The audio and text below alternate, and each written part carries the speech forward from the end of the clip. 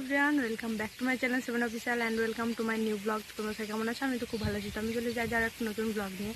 তো তোমরা আগের ব্লগে দেখেছো যে আমি আর মা কিছু কেনাকাটা করতে গেছিলাম। তো কার জন্য করতে গেছিলাম সেটা হচ্ছে আমার ভিক্ষে ভাই, কারণ আমার মা নতুন ভিক্ষে ছেলে পড়ছে। তো তার আজকে উপনয়ন, মানে বৃহস্পতিবার।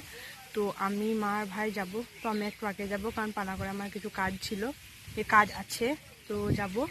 আর মা আর ভাই এরপর যাবে। তো আশা করি মারাই আগে পৌঁছে যাবে, তারপর আমি পৌঁছাবো 12টা সাড়ে 12টা হবে মনে হয় পৌঁছাতে। তো চলো, এরপর আমি যাব, তখন তারপর তোমার সাথে দেখা হচ্ছে। তো আমি আজকে ওদের রিসেপশান হবে না, রিসেপশান হবে যেদিন বেরাবে, মানে রবিবার রাতে। তো খুব একটা সেজে উঠে যাবো না, তো সিম্পল ড্রেস পরেই যাবো, দুটো কানে পরবো, টিপ পরবো, তো বেরাবো। তো আমি রেডি হয়ে গেছি, একটু পরেই বাস আছে, বাসে যাবো। তো চলো একবারে তোমাদের সাথে ভাইদের বাড়িতে গিয়ে দেখা হচ্ছে। তো তোমরা দেখতেই পাচ্ছ যে আমি ভাইদের বাড়িতে পৌঁছে গেছি। আর ওর এখন হচ্ছে নান্দিমুখ। ওর যেহেতু অন্নপ্রাশনের সময় হোম হয়নি, তাই ওর দুটো হোম হবে, একটা হচ্ছে এখন আর একটা হবে ব্রহ্মচারীর ড্রেস পরার পর।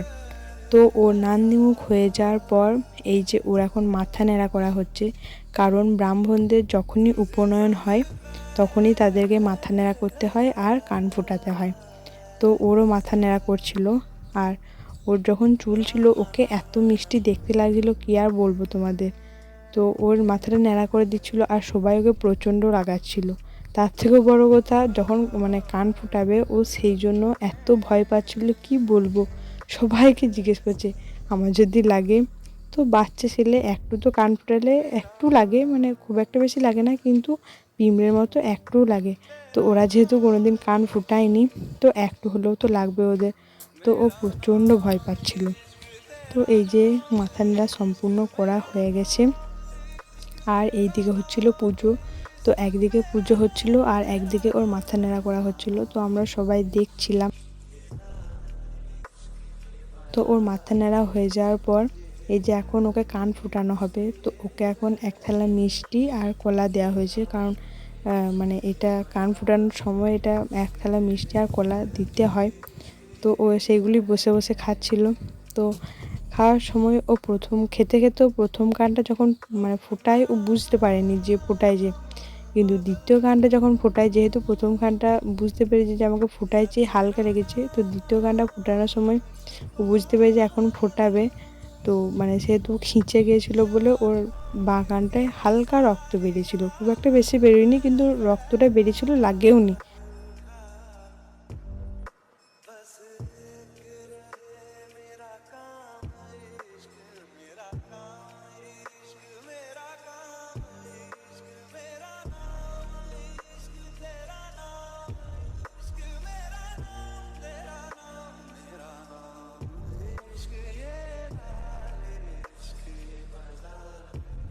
তো মাথা নেড়া হয়ে যাওয়ার পর ভাইকে এখন স্নান করতে নিয়ে যাওয়া হচ্ছে।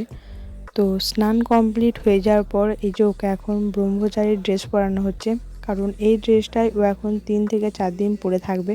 ও কোনো রকম বাড়ির জামা কাপড় পরতে পারবে না, ওকে এই ড্রেসটাই 3 থেকে 4 দিন পরে থাকতে হবে। আর বাড়ির মধ্যে ওকে এখন অন্ধকার ঘরের মধ্যে থাকতে হবে, মানে ও সূর্যের আলো দেখতে পাবে না। ও একেবারেই বেরানোর দিনে প্রথমে ভিক্ষে বাবা ওর মুখ দেখবে, তারপর সূর্যের আলো মুখ দেখবে, তারপর ওকে আমাদের বাড়িতে নিয়ে আসা হবে।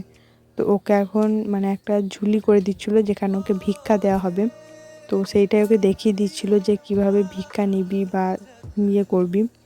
তো ওকে এখন এখন যজ্ঞতে বসানো হবে। এই যে ওইদিকে পৈতে কমপ্লিট হয়ে যাওয়ার পর এই যে ওকে এখন পৈতে পড়ানো হচ্ছে। আর এই পৈতেটা ওকে সারা জীবনের জন্য রাখতে হবে গলাতে। হ্যাঁ, অন্য পাল্টাতে পারবে, কিন্তু পৈতেটা গলা থেকে ফেলতে পারবে না। তো যজ্ঞ হয়ে যাওয়ার পর এই যে ওকে এখন সবাই মিলে ভিক্ষা দিচ্ছে।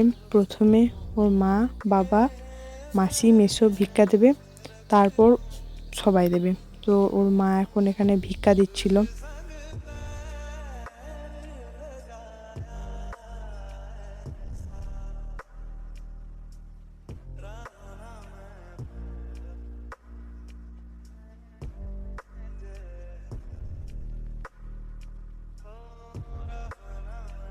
তো সবারই ভিক্ষা দেওয়া কমপ্লিট হয়ে যাওয়ার পর সবার লাস্টে দেবে হচ্ছে ভিক্ষে মা, মানে আমার মা।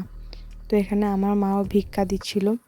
আর ভিক্ষে মা ভিক্ষা দেওয়ার পর ওর মুখ আর দেখতে পাবে না, মানে এই যে ভিক্ষাটা দিয়ে দিল, মানে ও যদি বাড়ি ঢুকে যায় ওর মুখ আর এখন দেখতে পাবে না, সেই একেবারে বেরানোর দিনে ওর মুখ দেখতে পাবে। তো আমার মাও ভিক্ষা দেওয়ার পর ওর মুখ আর দেখেনি, এই যে ওকে সবাই প্রণাম করছিল।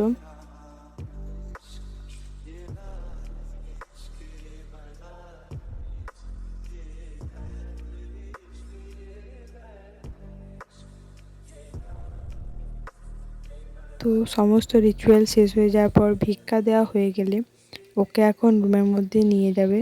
তো এই যে ও যে রুমের মধ্যে যাবে, তো ও এখন 3 থেকে 4 দিন বেরোতে পারবে না, মানে সূর্যের আলো দেখতে পাবে না।